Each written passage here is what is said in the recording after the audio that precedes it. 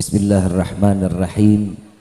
Assalamualaikum warahmatullahi wabarakatuh. Hidup itu bergantunglah kepada Allah, jangan pernah bergantung kepada selain Allah. Nabi sudah mengatakan jika mereka bergantung kepada manusia, siap-siap akan ada kekecewaan. Kalau mereka bergantung kepada Allah, insya Allah akan senang dan bahagia dunia sampai akhirat, insya. Coba kita lihat kehidupan itu kalau sandar sama manusia, ya Allah, senang kagak melarat. Ya, buat laki-laki banyakin sholat duhanya, yang istri dorong doa dari suaminya, apa, tahajud sama sholat duha. Kalau kita udah bergantung kepada Allah, insya Allah bahagia Pak, bahagia Ibu. Rezeki mah sedikit banyak, alhamdulillah. Tuh lihat, kalau kita kan sekarang banyak kurang apa banyak lebihnya, sampai mati juga kurang. Betul apa enggak? Betul apa enggak? Udah dandan cakep, Allah kasih lengkap, mata, hidung, bibir, jidat, mau lebar, mau deket, kuping mau caplang, mau kecil, mau lebar, terserah. Allah udah kasih pas buat kita. Betul nggak? Coba lihat, bapak sama ibu tiap hari ngaca nggak? Ngaca nggak? Cocok nggak? Ibu ngaca, bapak ngaca, nama yang dikasih buat kita dari orang tua pas nggak sama muka kita? Pas nggak? Ayo jawab, ngepas nggak? Coba kalau saya diganti nama Asep, ngepas nggak? Tuh, sekarang kalau bapak yang nama Asep, hidung begini, mata begini, panggilannya Rifki, nyocok nggak?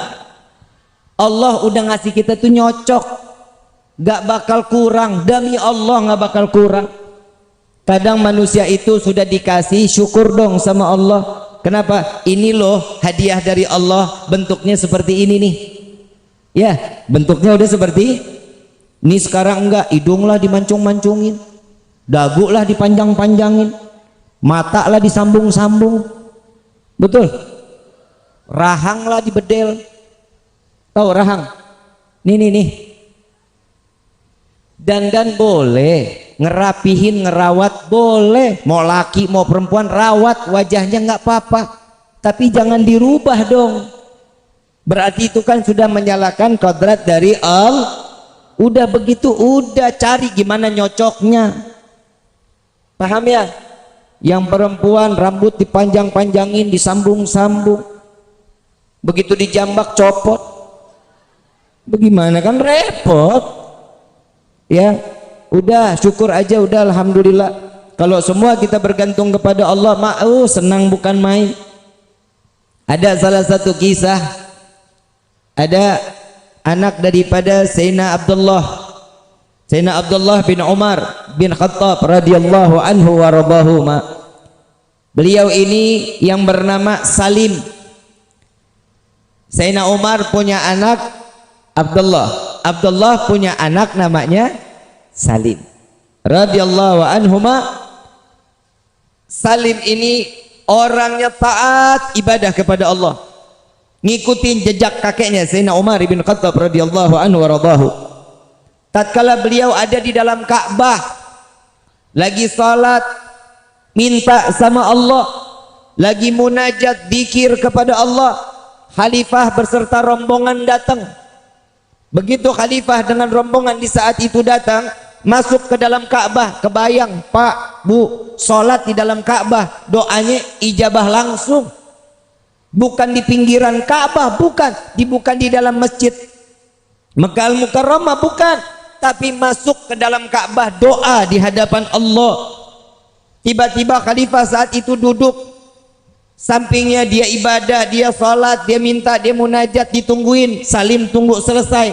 Begitu selesai, lagi lengah sedikit, ditanya sama khalifah, wahai Salim, ada nggak apa yang kau inginkan? Disuruh ditagih sama pemimpin saat itu, khalifah pemimpin saat itu. Kalau kita bilang mah kuwu, kita bilang mah presiden lah ya. Itu seorang khalifah. Ditanya mau apa? ada hajat apa bilang kepadaku, katanya. Jawaban Salim, apa jawabannya? Engkau nggak malu wahai khalifah menanyakan kepadaku apa hajatku, sedangkan aku sedang di dalam rumah yang setiap kali apa yang aku minta diberikan oleh Allah. Ketampar nggak tuh khalifah? Ketampar bukan main lah. Minta seorang manusia ngasih sesuatu, nagih, dikasih, ditawarin, ditolak, sedangkan ini ada di dalam rumahnya Allah. Khalifah sadar, oh memang nggak pantas karena saya ngasihnya ada di dalam Ka'bah. Ya udah, tunggu Salim sampai keluar Ka'bah. Begitu Salim keluar Ka'bah, dikejar sama khalifah. Wahai Salim, minta kepada kami, apa hajatmu? Minta kepadaku, katanya. Ditanya lagi Mas Salim, ini urusan dunia, urusan akhirat. Urusan dunia dong, kalau akhirat mah saya nggak mungkin, katanya. Oh urusan dunia, maaf, urusan dunia aku minta kepada yang memiliki dunia, aku nggak pernah minta urusan dunia kepada yang pemilik dunia. Apalagi aku meminta kepadamu, makhluk hamba yang tidak memiliki dunia. Simak baik-baik pertanyaan ini, paham ya? Kalau dia Salim tidak pernah meminta kepada Allah urusan dunia, bagaimana seorang Salim meminta urusan dunia kepada hamba yang bukan memiliki dunia? Dari kisah ini ambil kesimpulan, Salim tidak pernah meminta selain kepada Allah. Yang pantas untuk memberikan pertolongan hanya, maka setiap manusia jika bersandar kepada Allah, jaminan di dalam kehidupannya dunia wal Rabbana atina fid dunya hasanah wa fil akhirati wa qina adzab. Tuh Nabi juga udah ngajarin doanya. Semua kan tergantung bagaimana kita. Coba model kayak kita, Pak Kuwu datang mau hajat apa, dana desa udah turun apa belum? Soklah bagi dua, bagi dua, bagi dua. Salim mah kagak. Coba urusan dunia dia nggak pernah minta sama Allah. Coba kalau kita urusan dunia minta akhirat, pernah kita minta sama Allah? Woi, pernah minta urusan akhirat sama Allah? Kapan? Kapan? Kalau lagi sakit. Betul? Padahal Allah udah kasih tanda lewat Nabi Muhammad SAW. Setiap manusia jika bergantung kepada Allah, kematiannya pun aman. Kenapa? Udah dikasih tanda-tanda sama Allah lewat Nabi Muhammad. Gigi copot, tanda mati. Oi, yang ngompong. Gigi copot, tanda mati. Yang kedua, kulit ditarik, lama baliknya. Apa namanya tuh? Keriput. Keot. Kempot, iyalah begitu. Itu tanda mati. Mulut nggak ada rasa, pahit. Bukan corona, bukan. Tanda mati. Pernah mulut pahit? Pernah ngerasain nggak enak mulutnya? Tanda mati. Hahaha hehe. Orang dikawarin dikasih tahu tanda mati di sini mah pada senang, orang Garajati mah emang ahli sorga. Tapi bohong.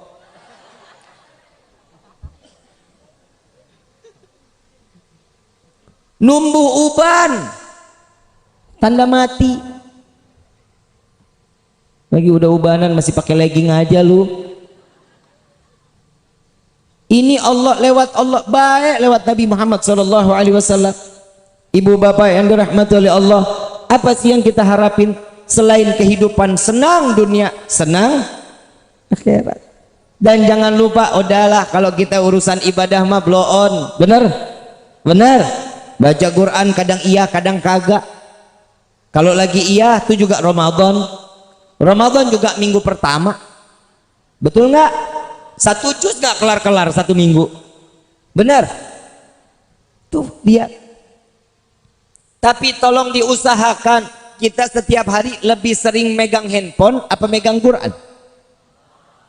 Nggak usah dijawab, dalam hati aja, padahal mah malu kalau dijawab. Betul nggak? Sering baca WhatsApp apa sering baca Quran? Jangan dijawab dalam hati aja, kalau itu mah gue udah tahu. Betul. Yang nyelamatin kita WhatsApp apa Quran? Kenapa yang dibaca WhatsApp? Ini dunia udah mulai terbalik. Ibu bapak yang dirahmati oleh Allah, tolong sisain satu waktu aja. Satu waktu sebentar, nggak sampai 1 jam juga nggak apa-apa. Ambil Quran, baca Quran. Bib, saya sibuk, nggak bisa sama sekali. Kalau udah kepepet banget, emang udah nggak sibuk, udah sibuk bukan main, nggak ada waktu sama sekali. Minimal, auzubillahi minasyaitonirrajim, bismillahirrahmanirrahim, alif lam mim, sadaqallahul azim. Gak apa-apa. Yang penting tahu bahwa kita ini seorang hamba, tugasnya cuma ibadah. Kita baca Quran tinggal baca, nggak harus ngafal kayak para sahabat Nabi Muhammad SAW. Ini nih masalah di dalam hidup kita, makanya rumah tangga kita tuh ancur-ancuran, rezeki kita kadang datang kadang kagak. Kenapa? Karena kita sudah lupa sama Allah, seakan-akan kita nggak butuh sandaran lagi kepada Allah. Ibu bapak yang dirahmati oleh Allah, 1 tambah 1 tetap hasilnya 2, betul? Gak bakal pernah menjadi 3, 4, 5, 6, 10, gak akan. Tetap 1 tambah 1 hasilnya 2, sama. Rezeki banyak dikit semua dari Allah. Gak akan. Kita kalau udah dikasih segini, alhamdulillah, syukur aja sudah. Sandarkan diri kepada Allah, syukur kepada Allah. Disitulah titel seseorang akan dititipkan iman dan dijaga oleh Allah sampai matinya. Amin ya Rabbal.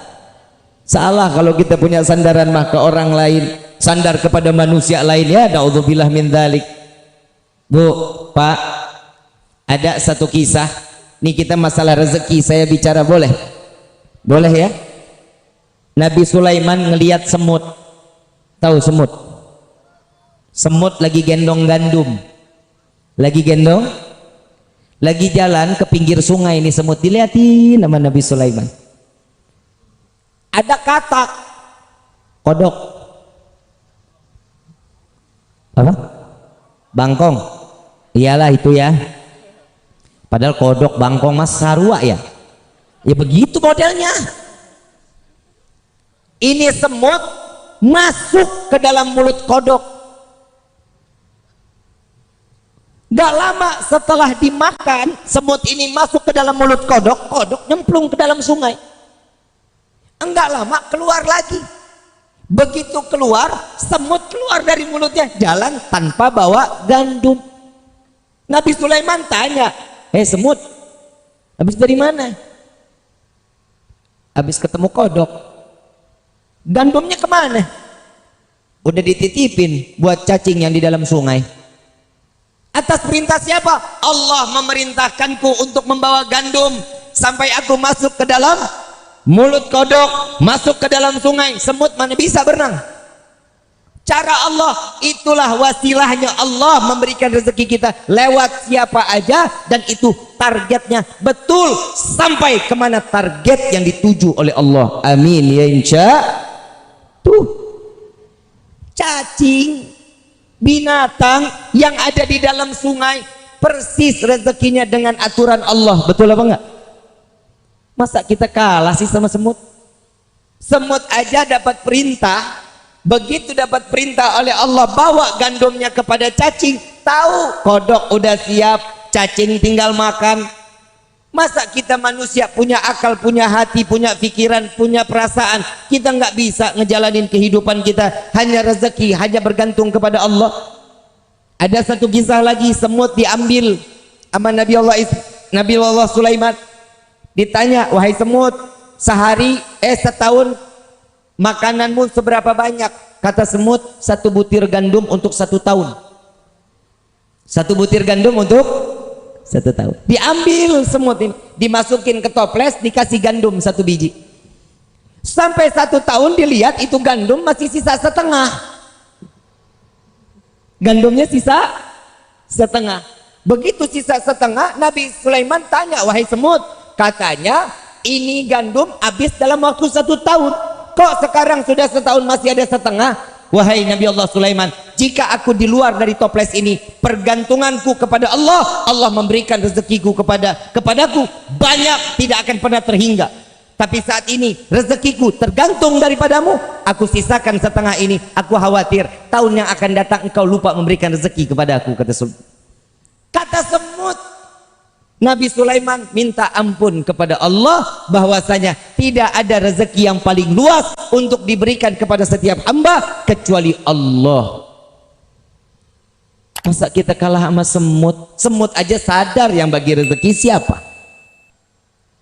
Di dalam kitab Tauhid, di dalam hadits qudsi, Allah Subhanahu wa taala mengatakan, seberapa banyak hambaku dikumpulkan di tanah lapang dari zaman Nabi Allah Adam sampai akhir zaman, baik itu manusia, baik itu jin, baik itu binatang, semua meminta rezeki kepadaku, aku akan berikan sebagaimana aku celupkan jarum ke dasar lautan, lalu aku hempaskan kepada mereka, semua mendapatkan rata di dalam rezeki yang dia inginkan. Jadi salah kalau kita tergantung sama manusia. Allah Rabbul Alamin, semesta alam ini diciptakan oleh Allah, rezeki kita sudah diatur oleh Allah. Nih Sona, dari mulai lahir kekayaannya 14 triliun. Amin. Lu buat saudara aja nggak mau, lu amin lu. 14 triliun dari mulai lahir sampai mati. Jadi malah didiemin. Sona parah ya keluarga lu ya, jahat lu dia lu. 14 triliun sampai mati ya segitu, nggak bisa lebih. Mau dipaksa lebih nggak bisa. Ya tambahin 1 perak nggak bisa. Makanya hidup kudu syukur ini nih. Kalau dapat sedikit alhamdulillah, dapat banyak alhamdulillah. Dan jangan lupa setiap rezeki yang diberikan kepada kita ada rezeki orang lain dari tangan tuh. Berbagi sedekah, banyakin sedekah.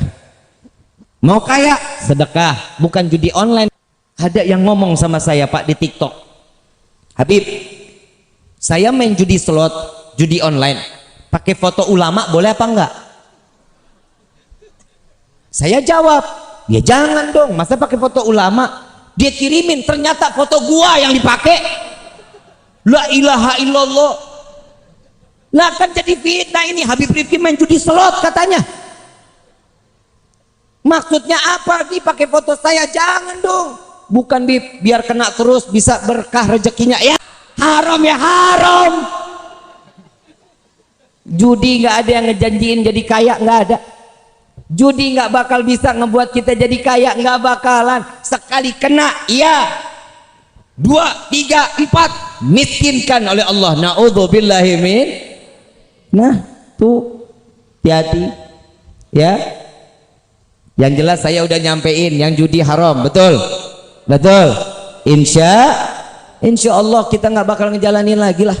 Udahlah main ngecak nomor apa namanya, togel nomor dicakin lah.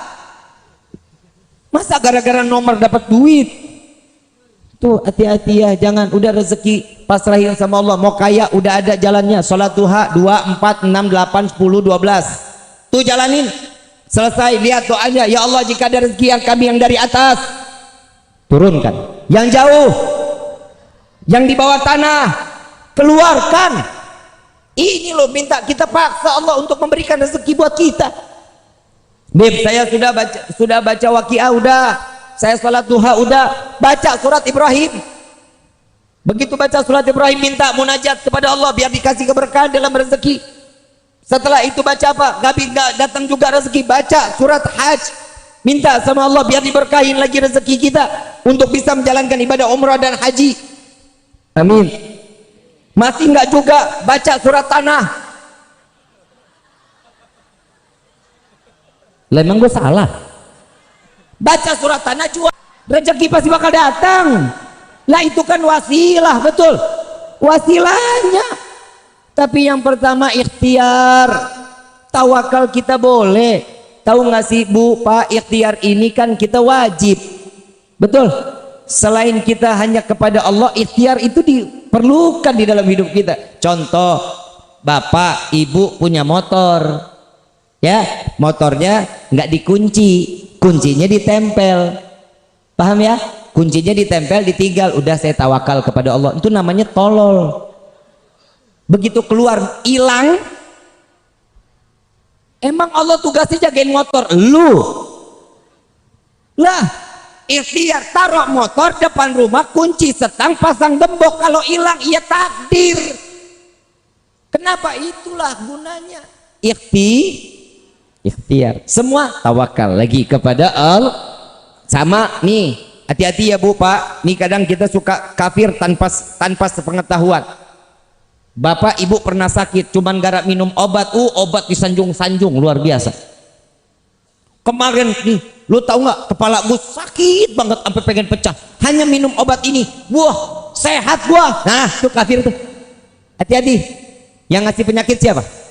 Yang nyembuhin siapa? Jangan lupa baca alhamdulillah. Saya kemarin sakit kepala, begitu saya minum obat ini, alhamdulillah sembuh.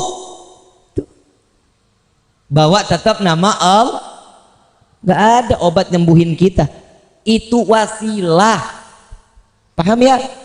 Jangan semua udah nih berkat ini berkat, nggak ada begitu. Semua Allah yang punya aturan. Allah yang kasih penyakit, Allah yang angkat penyakit kita. Kalau Allah kasih penyakit buat kita, sabar. Kenapa? Karena di situ Allah pengen nguras dosa kita. Amin. Tuh kan disuruh lagi. Ibu bapak yang dirahmati oleh Allah, kalau sudah sandaran kita kepada Allah, yakin kita kepada Allah, maka pertolongan Allah akan tetap datang kepada kita, insya Allah.